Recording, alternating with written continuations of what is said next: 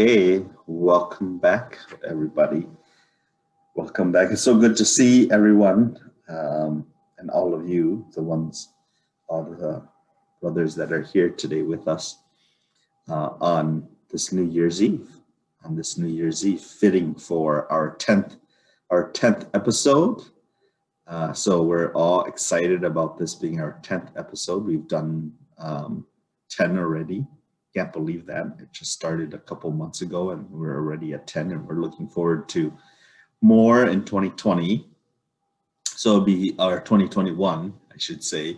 So it'll be very fitting, I think, for today's conversation that I think we were all thinking about is just reflecting on 2020, like what took place, what happened, like personal life events, global life events, what took shape, because there was a lot that happened in 2020 that really changed our lives, obviously, as men and masculine folks, and as to how we navigate manhood and masculine identities and expressions. So I think that would be a fitting conversation, obviously, for all of us to have with all of you who are joining us on Facebook Live or later on as well too, is just having that conversation. And maybe I'll take some time here to briefly just review like how we got to this place, before I have everyone here introduce themselves again. And again, Pheng here, he, him, his. I think it was like about 3-4 months ago that Sean, myself, and Ed and Sarah, and we were just having conversations, thinking about like what is it and how is it that we can build a virtual platform, a space for men and masculine folks to have courageous, quote unquote, conversations about how they navigate their everyday life experiences and with masculinity and with manhood, and having a place and a voice and giving voice and experiences to that. Because oftentimes we know that as men and masculine folks, we navigate these things ourselves and we tend to not share a lot of what's happening in our lives to a lot of people, right? So we thought that it would be fitting maybe to just have conversations with other men and masculine folks in our lives and then showcase that, right, in more visible ways, because we know that these conversations do happen, but it happens in very public spaces, or very private spaces, I should say,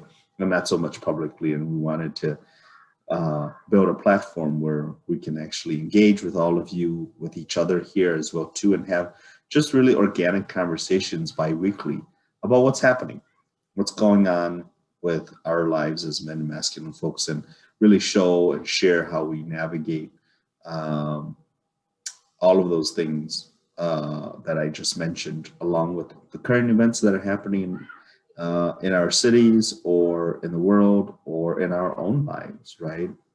So I think that's somewhat of a review, and I'm sure each one of you could share your own reviews about the time that we've had these conversations, but I just wanted to give that general overview again for those who are joining us on this 10th episode, which is very exciting here. So I'll leave it there, let you all share, chime in, provide insights, obviously, as well too.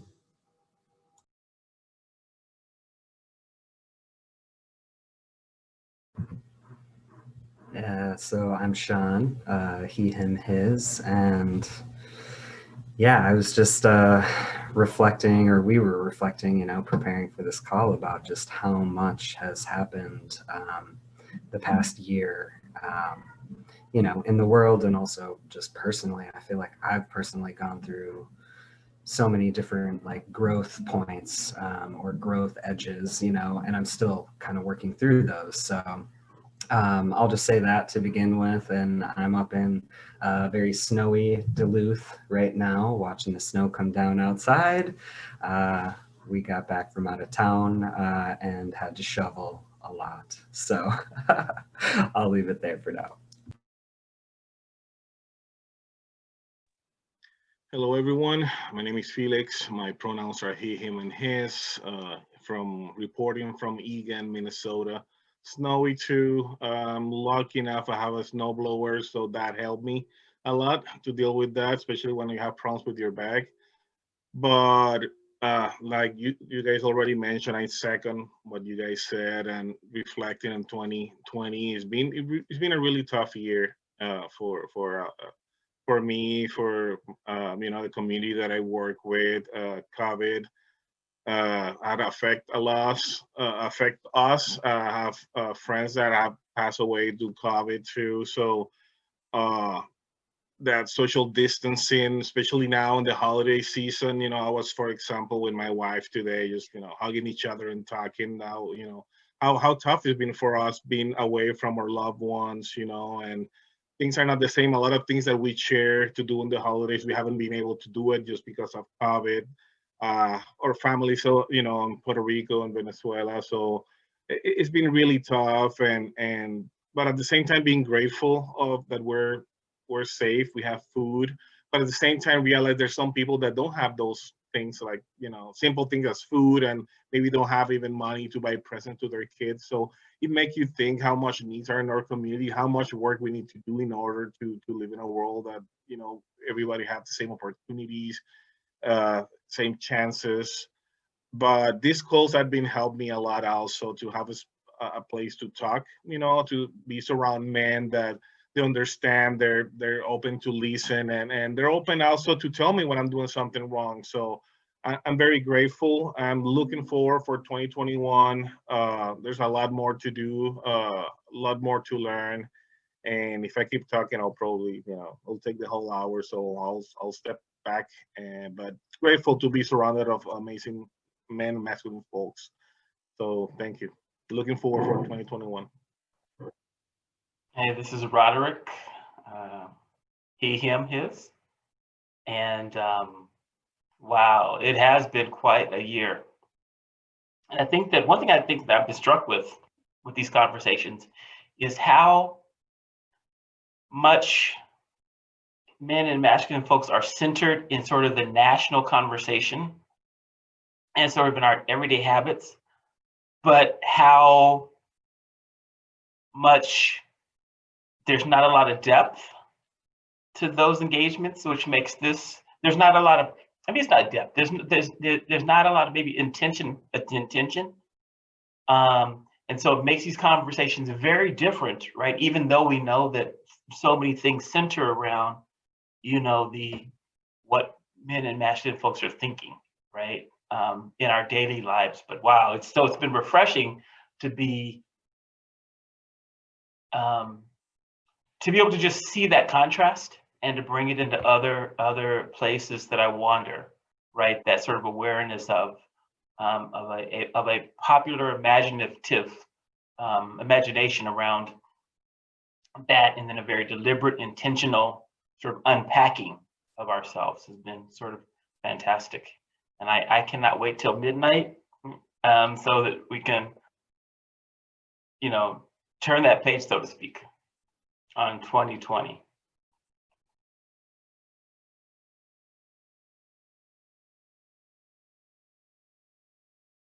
Definitely, thank you, everyone. So, I think about when Felix, you were sharing, I was thinking about like how at the beginning of the year, and even in 2019, right, when we had heard about the outbreak in terms of the pandemic and COVID, and it was coming, and I think people weren't realizing that it could come to the US because we had not actually had experienced the other outbreaks, quote unquote, that had happened previously, right? And then people weren't ready as well too. And I share that because I think my experiences in going to Vietnam earlier this year, especially in February and March there, when COVID was right about coming into the US, and I was overseas, and like the panic buying and we overseas, we were just like, da da da, life is going, and everybody's like living their life normally, and nobody's panicking because they've gone through outbreaks before and they've gone through other pandemics before, and people were masked up, and the airports were being checked. People were being checked, like literally temperature. you were being scanned twice, 3 times before you get into the airport. Before you even get into a country, you were being asked a lot of questions and things like that. But here in the US, it was like we weren't sort of ready and prepared for any of that. And so it was very interesting for me as I reflect back that that was one of the most eye-opening experiences for me, of like, because we're such a big country at the same time too, and each state has their own regulations and things like that, and so it was very different than going to a smaller country like Vietnam, who was able to actually control things, and they actually did really well too, right? A couple months later, they were like one of the countries in the world that really hankered down and really locked down on COVID really well, and having 0 cases. And they did really well, but that wasn't in the news often. And people didn't know that they were so good at tracking and helping people track. And they'll provide you an app once you get into the country, and then they track what's happening. And so everybody's being asked to report and to share. But it was about safety. So I was just reflecting on that, and reflecting on like the ways in which each country handled the pandemic very differently. And then like on a very micro level, microscopic level, the individual, of like how we each also handle and relate to the pandemic. And even as men and masculine folks, or as a male identified folk, of how I also relate to the pandemic, of going about my life, and but then also knowing that I have a family that I have at home, and I need to also make sure that my kids are okay as well too, and that whatever I do outside of the home, in terms of even going grocery shopping or whatnot, that I don't just come home and pick up my son, or interact with my partner right away, but I have to make sure I'm like washing my hands before I do anything, right? And then I know that there were some men folks that I know of, or know of friends who have male friends who don't pay particular attention, and who are just like going about their lives as normal, and then coming home, and then now it's spread out, to their families because of that.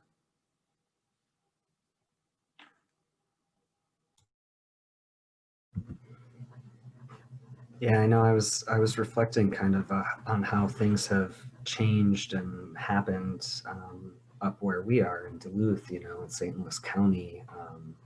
Reflecting back to like sort of the beginning of the pandemic, where folks around here were just really not concerned in like greater Minnesota, rural areas.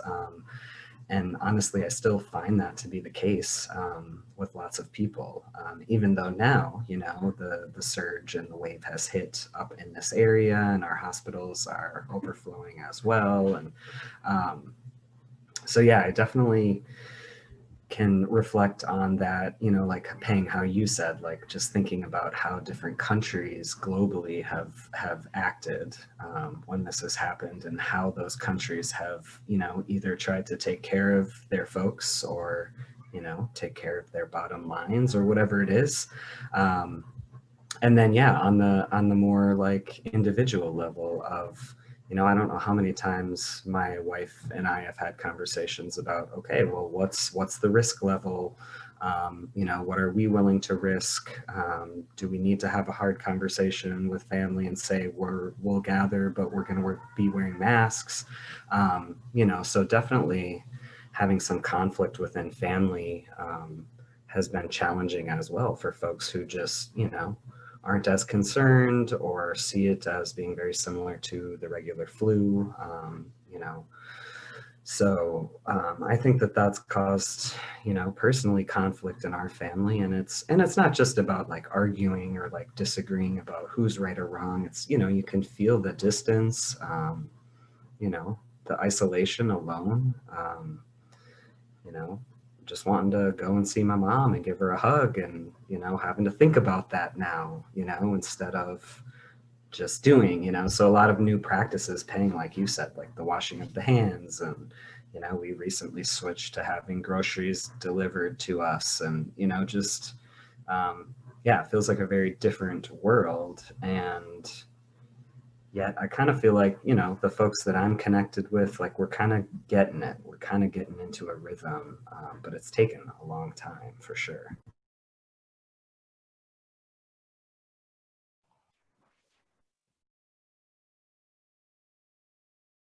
Okay. Well, I was watching the mic button there. You know what has struck me, I think most is one what you both have talked about, and that is the just response from people that you know who either take it seriously or don't, and just like that whole sort of, I thought I knew you differently. I think when I have conversations, like people who I thought a guy I thought was really going to be mindful was like, I don't care. And then some folks that I was like, they won't care at all, were like super cautious. And I was like, wow, we have apparently not been talking heart to heart. It makes me feel that way, right? To figure out something so serious that I would have misjudged how they would respond has been telling, I think, to maybe the limits of my own engagement with them. And then just the sort of the narratives. I'm interested about the narratives that will come out of this, because I think that there's the narrative I hear so often is about living from home. The narrative I hear less often about is those workers who have to, right, who have no choice, but right, who are out every day, and sort of how their lives have changed, but in ways that haven't been sort of popularly captured, right?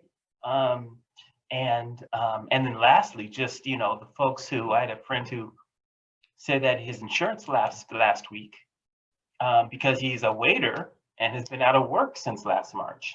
And so just being mindful of how lucky some of us are, and how important it is for us to really advocate for folks who are in different circumstances.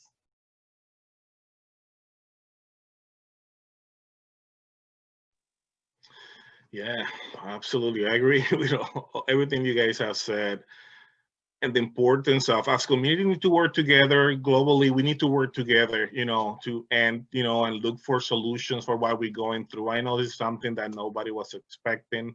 It was not a regular flu, but you know, how we can work together.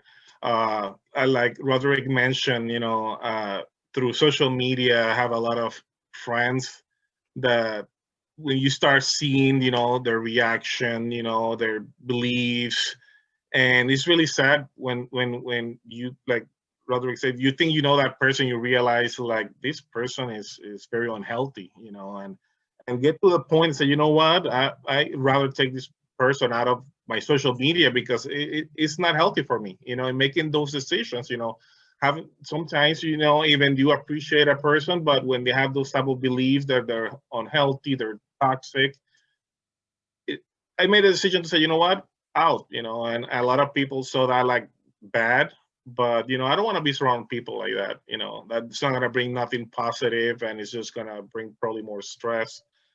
And yeah, so making those decisions were a little bit tough, but things that we need to do, for our own good. Going back, yeah, together, we, as a world, as a society, we need to, look for those solutions. We need to make people accountable for making those decisions. There's no reason why we need to be debating, between a check of 600, of 1,200, or 2,000, just because, people are going through necessity. Maybe we don't need it, but there's people out there that really need it. Like Roderick said, they've been out of work since March. So, just because I don't need it doesn't mean other people need it. So we shouldn't be playing with that. We should be giving, support to everybody in general, to prevent of people, not having food, going back to New Year's and celebrations, making that decision also. For us, it was really hard. We, as Latinos, we like to party. We're thinking in having a lot of people, a lot of food, and now being a situation that we're okay, we want to invite people, but we shouldn't. So we at the end make the decision. You know what? Let's stay. Just my partner, my daughters, and my mother-in-law, and that's it. Something small, something that we can just reflect, have a good conversation, maybe look forward what we see in 2021, and see how we can support each other. How we can be sure that our loved ones also can support their friends and their circles, in their schools and everything. But 2021, it should be a year of reflection and compassion and love, and I'm very looking forward, just because I see some light at the end of the tunnel. Hopefully with this new this change now in the government, there's going to be hopefully more opportunities for minorities and communities of color, and to make a change, just to step up for family, make other people accountable, and yeah, make a change. Yeah, I think that part of what you were talking about, that the individualism versus the community, that's something that I sort of had been seeing pre-pandemic, was just kind of learning about that nature of at least the United States, where it's very focused on the individual and making it and all of that, and yet during this pandemic, seeing all of the different ways that community have come together, and the different like mutual aid funds that popped up almost immediately. I know in Duluth there was one for LGBTQIA two-spirit people that popped up like within a week or two of when things were starting to get bad, and now it's sort of becoming more of a norm where we're talking about community care and how do we do that and what does it look like. And so I think it's it's like one of those things where through the difficult, painful process we've been going through this year, it's like we are taking some good things away. And the other thing that I'm also reflecting on too in this moment is just, like on social media, you see all the folks who are talking about like, we're ready for 2020 to be done and to move into this new year and to leave that behind. And yeah, it's like I don't want it to go back to whatever that normal was before. I see so much of that where people are calling for, we just want it to be normal again. And yeah, but normal wasn't really that great for lots of people before this. So it's like the trajectory feels like it is becoming more inclusive, like communities are coming together to really like help those in need and offer that support. And I think of like these conversations for me as being one of those huge pieces, because I tend to, when things are hard, I tend to isolate. I want to just go down to the basement and watch TV and just kind of be away. And so being really intentional about having conversations like this has kind of pulled me away from that tendency. And I've seen and felt so much better when I'm able to plug in. Though sometimes it feels uncomfortable, or being live on Facebook or whatever feels kind of weird sometimes, but there's so much power in men and masculine people having these conversations, and just experiencing it with you all has been definitely a huge highlight. Yeah, I definitely think about like what the two of you have shared, Sean and Felix, about like the letting go piece. And the letting go piece for me has been attached to like the death and the dying that we've seen, right? Or at least that I've seen in my community and the people that I know, whether it be related to COVID or whether it be related to some other health reason or of old age for the person, or because of cancer or whatnot. And it's like person after person after person that and so there's just so much death, right? Because you don't only have like the COVID related deaths, but you also have like the natural deaths that are happening. But now it's just like all lumped into one for me in the way in which I'm relating to it. And then attending like funerals, like what Felix, you were sharing with regards to like Hmong funerals used to be like a lot of folks come and you're supposed to come pay respect, and the funerals are like 3 days long or so, because you want a family to come. And attending funerals, it's been really different, right? Because it had to be shorter, less people, and you go, and that collectivism that you were talking about, Sean, is that it's so sad because you have very few people attending, right? And supporting that person's and celebrating that person's life, you know? And so I think it's both been very sad to see that in terms of death and who is present with you at death and who's there to celebrate your life, you know? And so I've just sort of been, I think, numb to seeing those posts that come up about death. And then like I was having a conversation with a friend of mine a couple months ago, and and they were sharing with me about like, why do people say sorry when you have someone pass away, right? Like what does that mean? And people are like, I'm with you, or I'm sorry to hear of your loss. And so I'm like, yeah, I don't know why people really share that. You know, I have some idea why people say that, but I'm not really sure why people share and say sorry. So it was a reflective moment and a pivotal moment. And so I'm not sure what to say these days when I see posts on social media of friends, family members, or friends, family members who passed. And I'm like, sending them strength. No, that's not good either, you know, or acknowledging the loss, you know. Maybe all I do nowadays is just hit the love button or hit the care emoji only, you know, because I'm not sure what to say, because there's just been so much of the letting go of like people just passing and dying. And then I think the beautiful part of it that you had mentioned, Sean, that I've seen too, is just the creativity that comes about, the creativity that came about, that's embedded in the resiliency of us as people and as individuals, and then us as people, especially I think who live in the margins, for folks and communities who live in the margins, obviously, right? That they've been quite creative and quite resilient. And so to be able to manage and navigate the turbulence of what happened in 2020, you know. So I'm anxious to see what the absence of a president who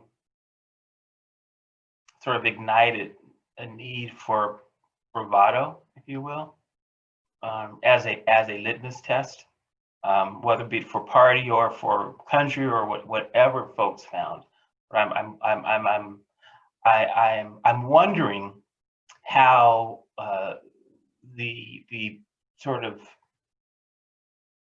person of Joe Biden what effect it will have on that, because I have been really surprised at how many people took up arms, if you will, trying to mimic Donald Trump's style. And I just am hopeful that folks will say, you know, there's a better example for kids, you know, and for folks who are looking for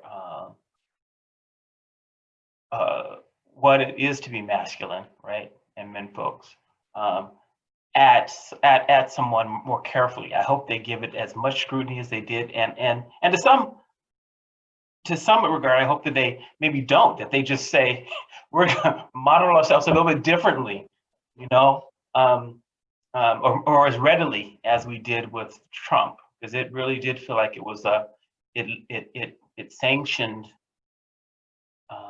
You know, all of it's there. We know all of it's there, right? And it just seemed to so readily sanction people displaying that. And I just am wondering if if they'll be acceptable with Joe Biden.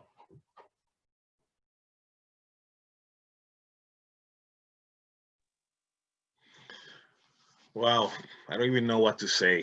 Once you start, the more you're thinking that, the more stuff get to your mind. And as a man, and that strength that men's supposed to have, that's teach by the society, how we can teach that to, use this moment to use that to teach them to, to our daughters, or wives, an individual. So, we stop with that expectation that men, have a specific role.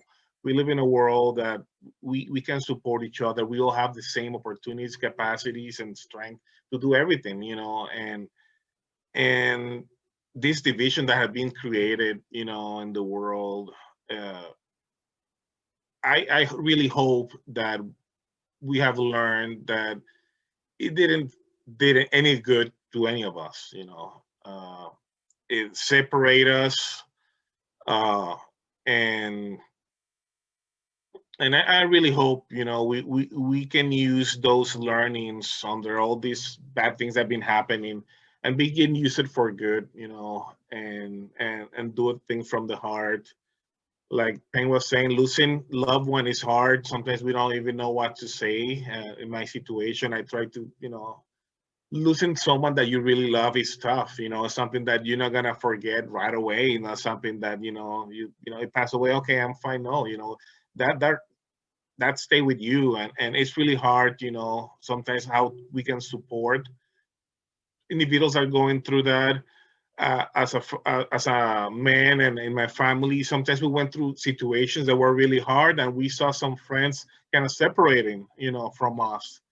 And I didn't understood what it was, and the more I thought, it was like maybe they didn't know how to help me, and that's why they separate themselves, from us. Not because we did something wrong. It's like what Felix is going through. I don't know how to support him. So we saw that separation, and in the beginning for us it was really hard because we felt we were alone, and I can see that in people right now feeling the same way, feeling alone just because they're not receiving that support. So me thinking more in deep why that individuals left, or they always been there, but they cannot separate themselves. It made me realize the that need, for support that we all individual have, men, women, any individual. So how we can support each other better, how we can create systems that we don't need to be debating if people deserve money or not. Should be something that would be the first thing. Be sure people have, medical care and they have food in their plates. That we shouldn't be discussing. We should be debating, between we should give it the money or provide something else to someone else. So we need to be positive. We need to speak up. I think that's something that we need to do sometimes. Just because we don't know what to do, we stay quiet. We isolate themselves. I isolate myself all the time, like Sean mentioned, when I'm going through stress. But we need to speak up. We need to try to be sure systems are accountable, and we change those systems that causing harm in our societies. So it's a lot to do. It's really heavy, but we have the capacity as a community to step up and support each other, in order to make that different and make that change. I for sure miss my loved ones, not being able to see, for example, my mom, my family that are far away. It brings me a lot of sadness, but at the same time, we all going through this. We all going through this. So what we're gonna do is to speak up, just to support each other, and we're capable of doing it. I know systems sometimes are not the best, but we have loved ones. I know everyone have at least someone that can support you and help you to do that. So if you have a chance to talk to someone, do it now. Just be sure we start 2021 in a positive way, and leave all that, harm and all that pain that we suffer during 2020. I really love what you were saying there about just like we can show more care, and I was kind of thinking, you know, I think historically and just always, it's typically been women and femme folks and non-binary folks who have like held all of that support and care for us, you know, as men and masculine folks, but also for everyone else in communities. And it, you know, it struck me, I was thinking about Christmas Day, you know, I had a couple people reach out who were just feeling sad and were alone, and it just makes me think, yeah, I mean, I think the bar has been set so low for men and menfolk in what we provide and what we give of ourselves to people, you know, and just, I didn't have anything profound to say to those folks other than just, I get it, I hear you, it's crappy, and I can understand it, you know. And of course, that goes against everything in my fix-it brain. I wish that I could think of some way to just fix it all. But yeah, it's like there's 2020 has brought so many more opportunities for us to step into those roles, to be looking where, you know, like, where are these folks just falling, you know, from exhaustion, from doing all of this work for so long, you know, pre-pandemic, years and years before that happened, you know. And so where can we step in and just lift them up and lift up our community? Yeah, I think, you know, going back to what you were sharing, Roderick, about like the falling into line of what you're supposed to be as a masculine and a male identified person, because that's the main narrative, right? And the portrayal of that and the expression of that we've seen, and the foundation for that, right? Because there is a foundation for that, regardless of who's doing the expression of those rigid ideas about masculinity and manhood.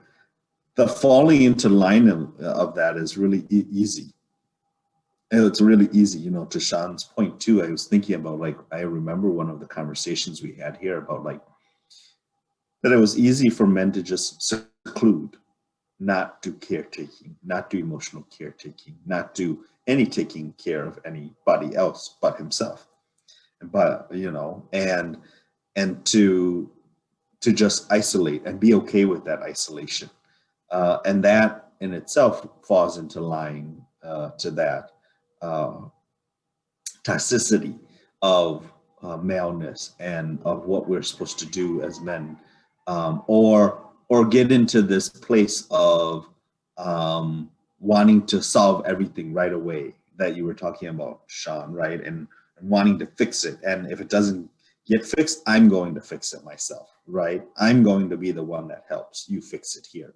So let me go and fix it, and I'll rally all my other buddies to come help me as well too. And whether they like it or not, and they agree, they better come, because they're my buddy.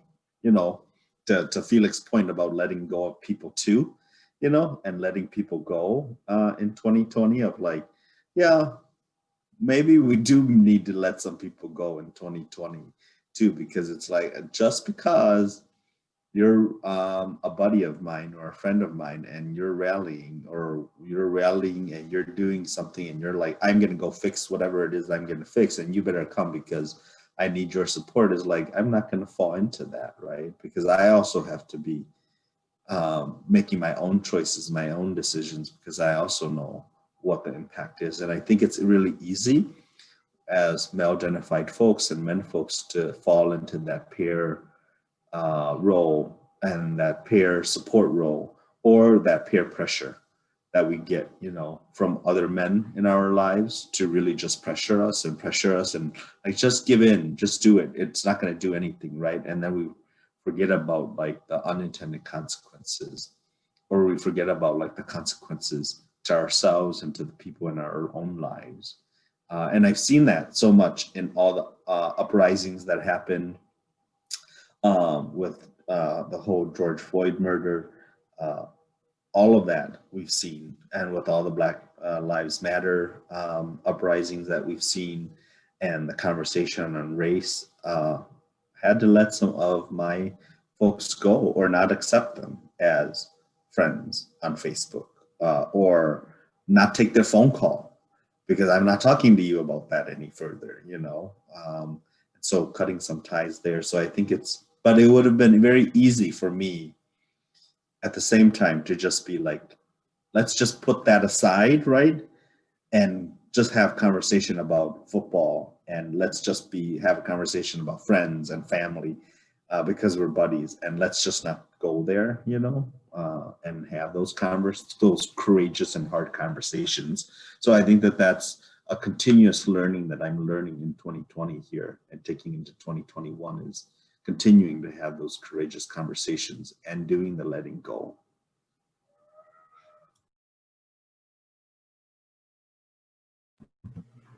Yeah, that makes me think about I haven't really done New Year's resolutions in years because that's stressful and pressury. But someone had said to me, what's an intention that you're planning to set, or just some new way of sort of reframing it in my brain. And I think through these conversations, it's really got me thinking about who are the guys in my life that I, love and care about. So like thinking about who those people are to begin with, and then also like kind of asking myself, well, why haven't I ever tried to go deeper here in this relationship? And I have a really good friend, Orion, who I've known for lots of years, and we recently did that. We were like, we want the support, we want to be having conversations, so let's find a time and talk every week, whether it's for 20 minutes or an hour or whatever, and just check in and be like, how are you really doing? I think I can't remember who I was talking to about this, but that whole, hey, how are you? Fine. How are you? Like, it's so shallow, and it's just like, why even we don't actually care about the answer. And then oftentimes if someone doesn't say fine, it's like, what do I do now? Now I have to like emotionally connect with someone, or practice empathy or whatever those hard things are for us to do. But yeah, just thinking of ways where it's like, who are those people, and then what can I do to sort of deepen those connections? Because it's like you said, Pheng, and I think Felix as well, like there have been people who have we've had to leave behind. And, for me, it's like some of those folks, they leave that hole in my life. And it's like, if I don't actually like try to fill that, or like, how does that leave me? I'm alone, I'm lonely, and then I'm isolated, I'm not connecting. And what I really deeply want is to be connected with people and community. And so, yeah, I'm just thinking about all those ways, and sort of framing it in a way around healing. For me, like, what does healing look like for me in 2021? And I think that's part of it. Is just I want a need to connect deeper with you folks here on this call, which I'm really grateful for, and also the people in my life, whether we agree on everything or we don't. How can we make more of that effort?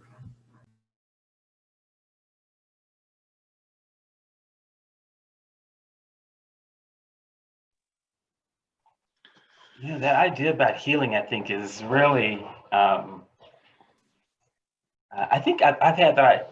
I think I've thought about that for the coming year as well. But I also was reminded when you said it. I was on some call, and the presenter talked about like revolutionary healing. I think she called it, right? Sort of the healing that's done as you are struggling to make things more just and right, and that is at that she was her. I think her proposition was to always fuse the idea of our need to be sort of actively in a revolution with the idea of our healing, right? Which is what I think of these conversations actually, is sort of that very sort of we something we've got to do and we have to do fiercely, but the things that it adds to us, and having no doubt that this fight is about our very health, and keeping that front of mind. So that's what so I was thinking about healing, but I was thinking about it differently. But when you talked about it, I thought, yes, let's heal while we fight, right? As we're fighting to heal, if you will.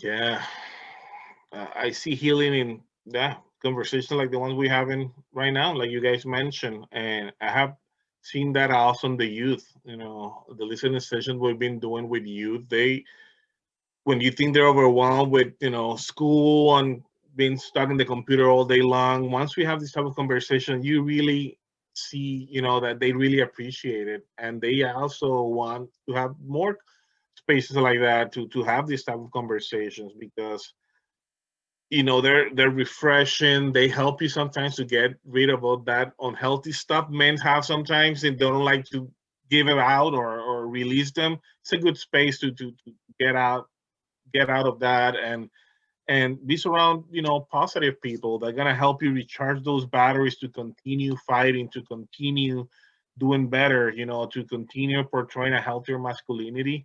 And these spaces are they're refreshing. I really appreciate it, and I hope there people maybe that are listening to this uh this conversation, that maybe in the chat let us know how they work, how they do their healing, something that's so important, and to look for non-traditional ways of healing too.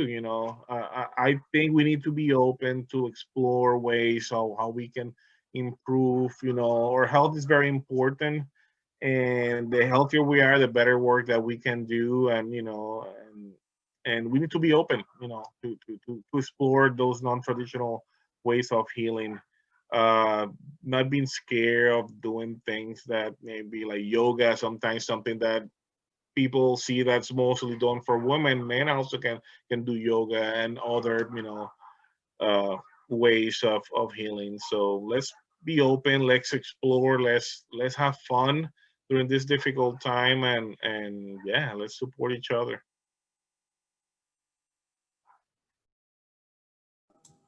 I think, to Roger, you brought up a really interesting, quote unquote, maybe paradox or positioning of healing with fighting, and fighting and healing that can be done simultaneously. I think just that idea alone and in itself is, like you said, revolutionary, right? And thinking about that, you don't actually have to heal in terms of like taking time to do that. You can actually do that embedded in that fight, right? Embedded in the fighting that's being done, or embedded in like what we were talking about 2 weeks ago.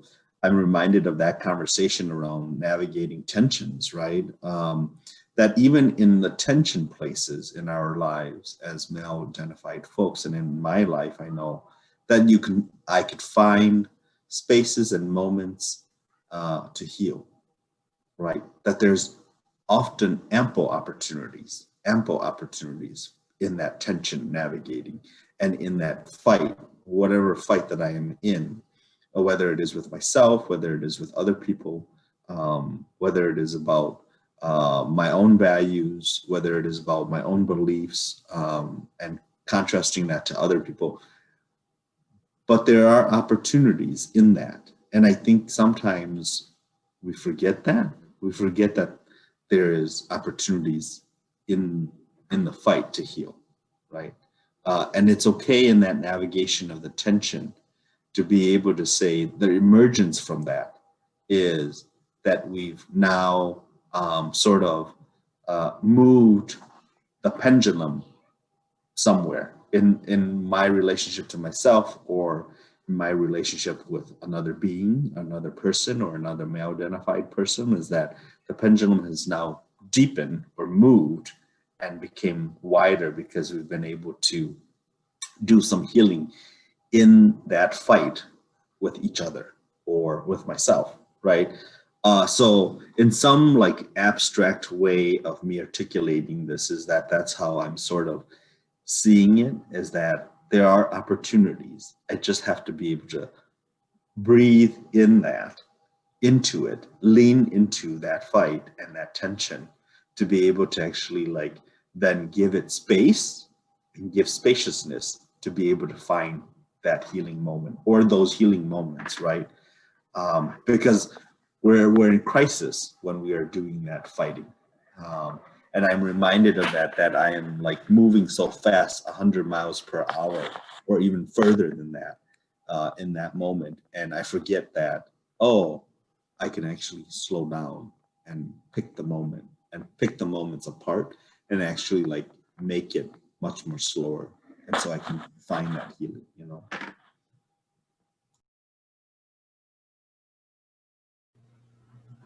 Yeah, I just think about that's definitely a reflection that has hit me this year. Is just how tightly I, both hands, tightly hold on to what I think should be happening, or what I think the schedule of our day should be, or how we plan this outside walk with our kid, or just I just hold on to all of these things so tightly. And I hear both you and Felix, Pheng, just sharing about that opening, and um, it's a hard practice for me, because I think it's new, right? It's definitely new for me to even recognize that and to see it as like a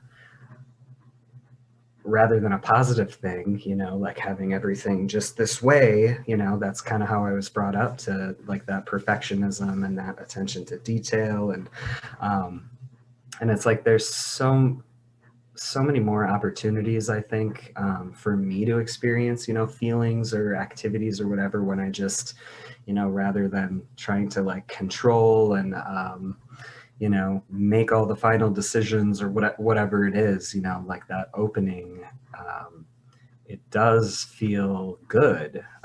And it also feels uncomfortable too. It's like, that's how I know it's like a good thing, because it's like that growth place in me.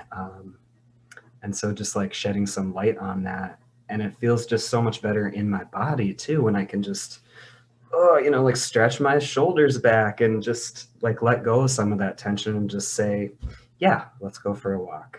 It wasn't planned, but let's go for the walk, And when I do that, like beautiful things happen. So how can I start practicing that more?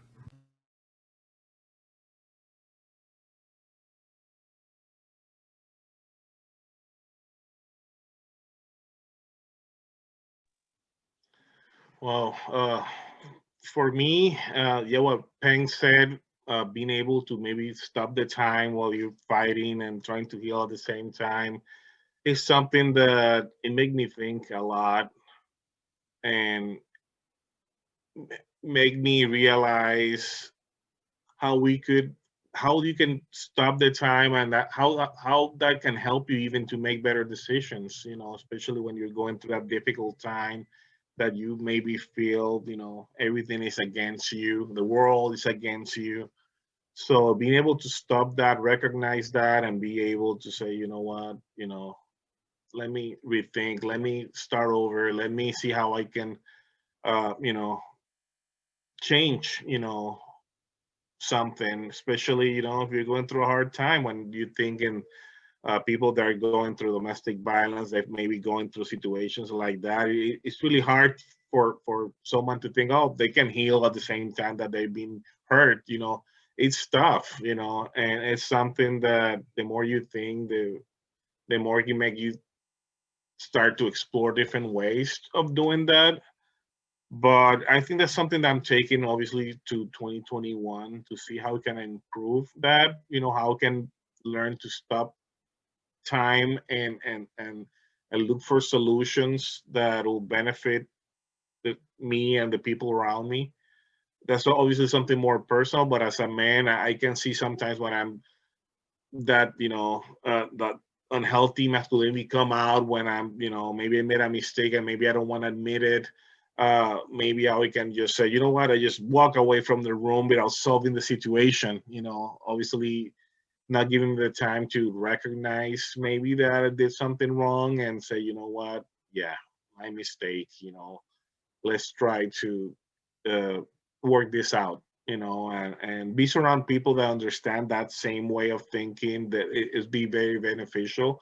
So that's why it's important to, have this type of conversation with your family member, your sons and daughters, and so we can recognize when someone is doing something bad, or and help them heal, at the same time realize maybe that doesn't come from a bad way or bad intentions. But yeah, yeah, the more I think the more complicated I put it in my mind sometimes. So, but yeah, I can see it. I can see. I really appreciate it, and that's something I'm looking forward to work in 2021.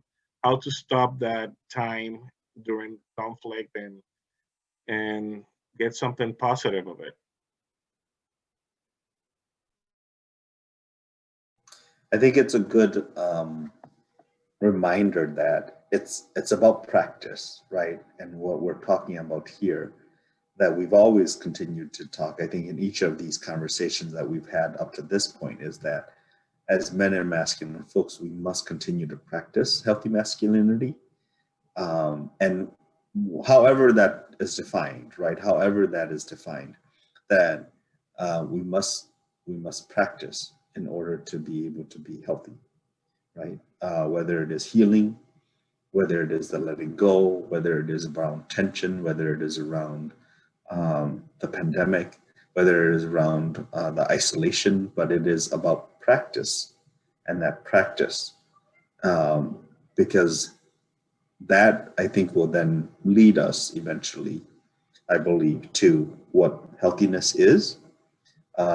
But healthiness is, I think, at the end of it, it's about the healing journey that we're all talking about here towards the end of this conversation, right? Is that it's on a continuum, and we're doing it in parts. We're not doing it all in one piece, but it'll connect. And so I think that that's what I am sort of reflecting on in this conversation, and looking forward to 2021 is practice. What are the practices? What's my practice, right? Again, to that intention point that you were sharing, Sean. So reflections from folks.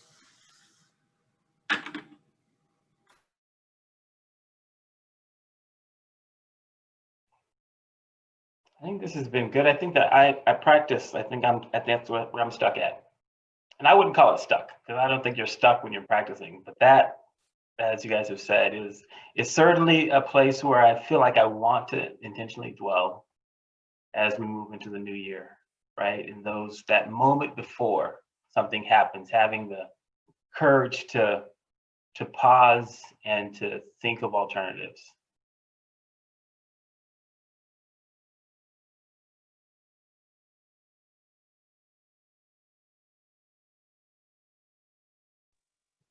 Yeah, I second that, and also, yeah, hopefully send positive vibes to everybody that this new year is a better year, a new year of learning, uh, learn about ourselves also, and to make a change. So don't be scared of speaking up. We need to speak up. We need to create change and make people accountable, especially those people in power.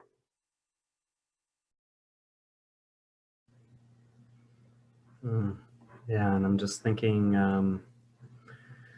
about all the ripples that we put out too, with the energy, with the practice that we do with these conversations, and just, that gives me so much hope too. As I'm growing, we are growing. And even if I'm not, having direct conversations with people who are, checking in and seeing parts of these conversations, it's like, that's so hopeful. And I feel like that's the opportunity. And what we encourage our viewers and our community to do is to, join us for these conversations. We're happy you're here, and also which is maybe the harder part for myself included, is to continue the practice of having these conversations with our partners, with our kids, with our friends, our football watching buddies, whoever they are.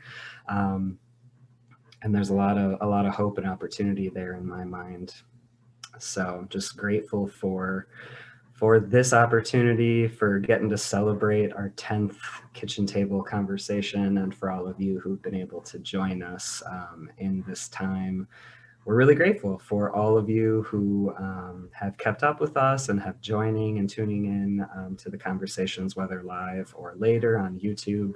So yeah, just thank you to all of you who are with us, who are wanting to connect and to go deeper.